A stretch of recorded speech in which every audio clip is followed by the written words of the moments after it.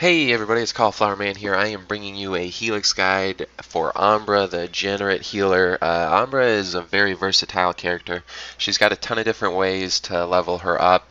The one thing that's common throughout all of them is you play her as a very aggressive healer. Basically with her sunspots you set up a line of healing behind your allies and then you push forward from that line and try and poke at the enemy and take over map control. But let's go ahead and look at her character sheet. On the left side, you'll see it says she's a versatile healer who's complex, and that's completely true. There's a lot of different things going on with Ambra. You've got to watch the cooldown on all of her skills, especially her passive. You've got to watch her health. You've got to also watch her heat generation. And then there's just a bunch of different, or you have to play her very aggressive, but make sure that you don't die. And so she's someone you have to have a lot of discipline with. But let's go ahead and look at her skills here on the right side. That flame shield, I already talked about that a little bit.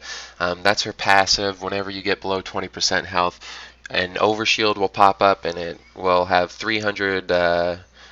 It'll be an overshield of 300 and it lasts for 4 seconds. So this is great because whenever your overshield pops, you know you're about dead. So with Ambra, you don't have to watch your health as much, but whenever that overshield pops, you got to get out of there.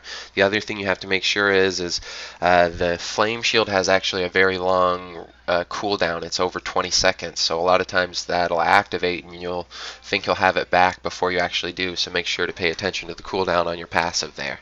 The next one is her Staff of Radiance. This is her primary attack. It drains health from an enemy. You don't have to aim while using it, but generally you can't sprint, and I say generally because there's two ways to sprint while using her primary attack.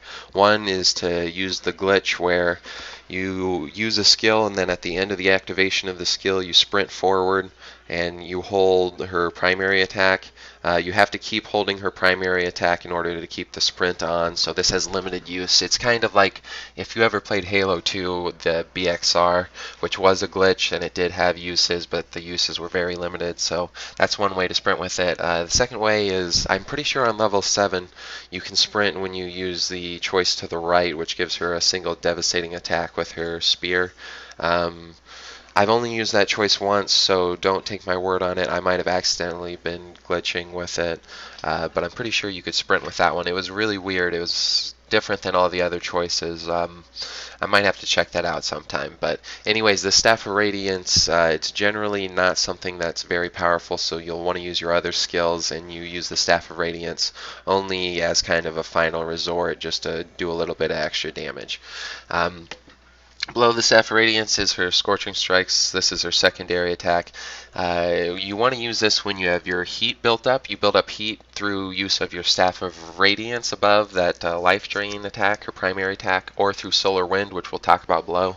Solar Wind builds up heat a lot quicker than your Staff of Radiance, so it's usually you'll use your Solar Wind, then use your secondary attack, and then use your Staff of Radiance to start recharging your heat. Your secondary attack and your Solar Wind is really what you do all the damage from, so just make sure to have that heat at maximum, and then you just stab at enemies. Always remember when you're attacking things like minions or multiple enemies, as long as your primary attack stabs through both enemies, you can hit more than one enemy. It's just a little bit hard, but there is a little bit of area of effect on this. Then below Scorching Strikes, below her secondary attack, is her Sunspots. These Sunspots can damage enemies or heal allies. They are best used for healing.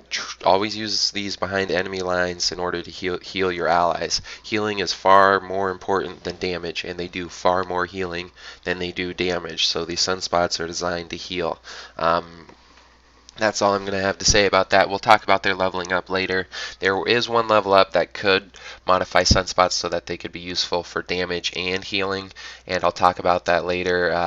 And there is one level up that could put burst healing on these sunspots, but both of those level ups are completely botched for Ambra, and that could really make her an incredible character, and I really wish they would change that just so that she would have even more versatility. But below her sunspots, and like I said, always use those sunspots for healing. But the next one is what you really do a lot of damage with. It's her solar wind. Solar wind is very versatile just because it can be transformed into also a staff slam. That's really good. So there's a lot to solar wind, and we'll get to it. But either way, it does a lot of damage, and it's really your primary skill used for setting up engagements and finishing enemies off. And then finally her ultimate, the extinction event. This is a huge area of effect ultimate. The thing about it is it's very visible. So generally what you do is you wait for an enemy minion wave to be behind your enemy Battleborn, and then you throw down your ultimate behind the enemy Battleborn but in front of the enemy minion wave, and you try and push the enemies back into your ultimate so that your ultimate activates not only on the enemy minion wave but also on the enemy Battleborn. And if you hit level 10, you'll also get a stun on this, and that can really just give you the win. But let's go ahead and look at that right now. We'll go ahead and look at her Helix, and then I'll talk about her gear a little bit. Alright, so looking at Ambra's first level here, this one, a lot of people I hear I'm always talking about getting the damage amplification on the left side, the Sunspotter choice. That's really not a good choice, only because those sunspots are meant for healing. If you're using them for damaging enemies, then you're wasting your choice as Ambra, just because Ambra does great healing, and you can do great healing and great damage, and that damage amplification, I wouldn't use that damage amplification unless you had like a 3 support thing going on. Otherwise, you really want to use that sunspots for healing, so that damage amplification won't ever be used if you're using your sunspots for healing, because they should be completely hidden from enemies. Otherwise, you're not using them right.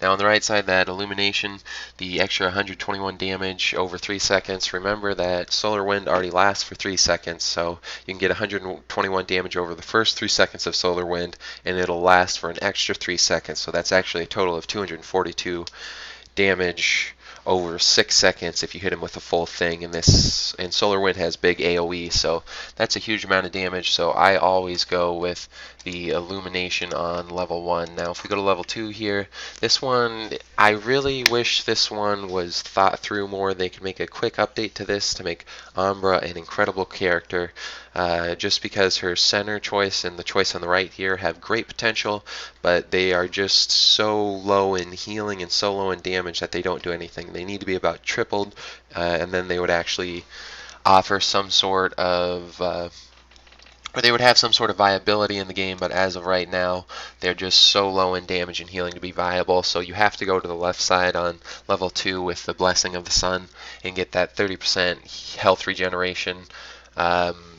That's just massive, a 30% boost on the health regeneration. Like I said, the ones in the center and the right just aren't good enough. Remember that you get about 800 healing off of a sunspot, so why would you just trade 800 healing for something that'll be consumed immediately and only give you 133? And remember that at level 3 you get to recharge your own sunspot, so your sunspot technically has potentially infinite healing. Not technically, but it just has potentially infinite healing if you can regenerate it and keep it alive. So why would you trade infinite or potentially infinite healing for 133 healing here for the center choice? That makes no sense. They really need to bump that damage up, or that healing up, and the damage on the right side about triple. Then that would be a very interesting choice here, but as of right now it's not viable. Now for level 3, if we look at this one here, this one, the left choice and the center choice are both good. They allow Ambra to be played in different manners. If you choose the one on the left, Ambra can heal while mobile, and this makes her very versatile, especially because she still heals herself very quickly. And if you have health regen gear, you can basically heal your enemy or heal your allies without losing health yourself. So it's really great. But generally speaking, I go with the Stellar Ritual. The Stellar Ritual, you heal your own sunspots, and as long as you don't have, I think you can have like 3 to 4 allies being healed at one time, and you can still heal it enough that it isn't completely consumed. Obviously, playing with Ambra, you'll find that when using Stellar Ritual, you have to find that good balance between healing your allies enough and not healing them too much, because once your sunspot's gone, you can't revive it. You can only heal it while it's alive. So you just got to remember that that's really what you have to be paying attention to. And then on the right side, I just never use that because her Staff of Radiance isn't that great. So level 4 now. The pushback on Radiant Gale is pretty good, but it's completely outclassed by the center Ritual of Repulsion.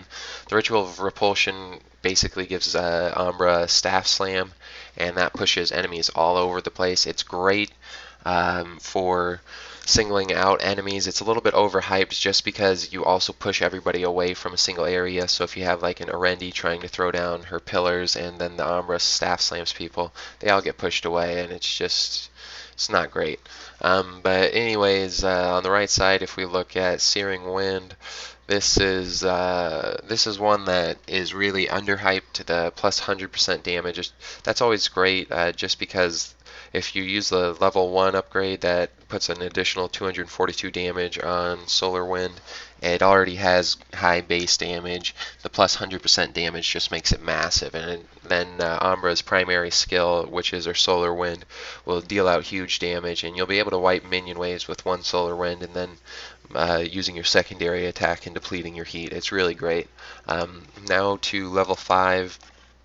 This one, you really only want to go with the cauterization on the left side because 30% movement speed will allow you to get out of basically any situation so long as you're not body blocked. Remember, you're really hard to hit, and you'll have an overshield of 300, so you just bolt out of there at 20% health with a 300 overshield and 30% movement speed, and nobody can kill you. The right side one, the flame shield, that's only 134 damage, and like I said, when you get that low of health, you want to get out of there, so that movement speed's the way to go. Now if we go to level 6, the agile anomaly is one that a lot of people like to use, but I think it actually has more negatives than positives. The reveal is great, but the increased area of effect of the sunspot means you're going to hit more allies, and the sunspots don't have enough health to heal that many allies, so you really want your sunspot to only heal 3 or 4 allies, so a smaller area of effect is actually better because then you can concentrate it and you can choose who gets healed and who does not. The solar anomaly in the center gives you 3 total sunspots. That's great because then you can put sunspots all over the field. The sunspots last either until they get taken out, so if they're way behind enemy lines, it's just something your allies can run back to if they get super weak, and then enemies will overextend and they won't realize that your ally has been healed, and so it saves a lot of people. But the other way that sunspots get destroyed is if you have 3 already out and you try to pull up a 4th, it'll just destroy the earliest one that you put down. Now, so I always like to use this solar anomaly. It's great. The solar storm on the right side is also good, just because, like I said, solar wind does huge damage, so getting that quicker is always great. I like to focus on Ambra as healing, so I usually like to go with that center mutation. Let's go ahead and look at level 7 now. Level 7, this one, all of these are actually great. The one on the right is rarely used. I rarely use it just because left and center are great, but the one on the right actually has a lot of promise. I've only used it once, so I can't really speak for it all that well. But then the left side, that 100% lifesteal, when you use that, you can heal hundreds from your secondary attack, especially if you hit minion waves and get multiple hits with one attack, and so then you just become almost impossible to kill as Ambra. The center choice allows you to shoot fireballs from your staff as your secondary attack. This is great because it gives you a ranged attack, and then you can stand behind your minions and behind your allies but still put out huge damage while healing everybody up. And then the right side is the one that people really don't use. It does offer a large amount of damage on one hit. I'm pretty sure the heat generation is a lot faster than the other choices, and I think you can sprint while using her primary attack, which just makes her primary attack ridiculous because Ambra can sprint and catch anyone. So if you can sprint without having to do the glitch and be using this, then this Radiant Spear really could be something that is really underutilized, not just by myself but by everybody who plays Battleborn. But like I said, I've only used it once, and I'll just have to go and check it before I come back to you with a final say on it. If we go to level 8 now, Level 8, both of these choices are good. It depends on how you leveled Ambra at level 3. If you use Stellar Ritual, which allows you to heal your sunspots, you have to go to the right side because you need more health in order to keep your sunspot alive, and just makes it a lot easier to heal your sunspots if they can survive for longer.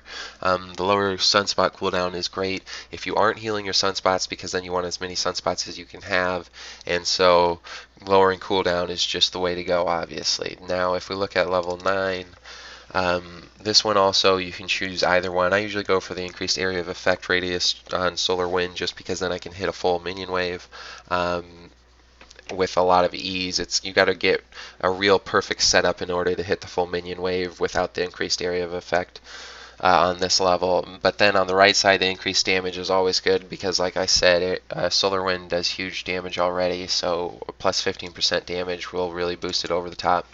Now if we look at level 10, this one you can either choose a stun or increase the burn time on the extinction event. I always go with the stun just because you can stun an entire team, and that's crazy, especially if you have other characters who can stun, and so then you can chain a bunch of stuns together and get a bunch of team kills while doing a bunch of area of effect damage. The right side, I just really don't see a whole lot of merit in it. And now we're going to go ahead and look at my gear. My gear, I'm not sure if this is the best gear. I'm just going to tell you why I chose the gear I chose. A lot of people choose extra healing given or healing received with Ambra. I think you can do it without using that. I think she does enough healing if you spread out your sunspots and just have a good team that plays well with her. I do always like having extra health on her just because she's hard to kill, but extra health just makes it so that you'll survive things like in a Rendy ultimate better or getting Hawkeyed by Benedict, so I always like having extra health. Then if we look at my shard generator here, this one's just negative reload speed, 0 cost shard generator, so I just do that so I can get shards and level up quickly. Ambra really takes off at high levels, so I want to get her to high levels before the enemy team reaches high levels. And then finally I just use a health regeneration right now that increases my healing received while taking damage. I take a lot of damage as Ambra, so that healing received bonus will be activated for most of the time, and this also gives me health regeneration per second. The only thing that this sort of gives me a downside for is I don't have extra healing given to allies, but I feel like Ambra does a decent amount of healing to allies anyways, and there's always going to be some sort of trade-off for any sort of gear setup you use, and this is the one that I use. But anyways, if you do play Ambra, just always remember you want to set up your sunspots back at slightly behind your allies, and then you keep those alive as much as you can and keep your allies healed as much as you can, and then just push forward and poke at the enemy. She's really good at staying alive. She's hard to kill, so you can kind of sprint in, do a bunch of damage, sprint out, go back, get healing, and then rinse and repeat. And that's really the way that I like to play her.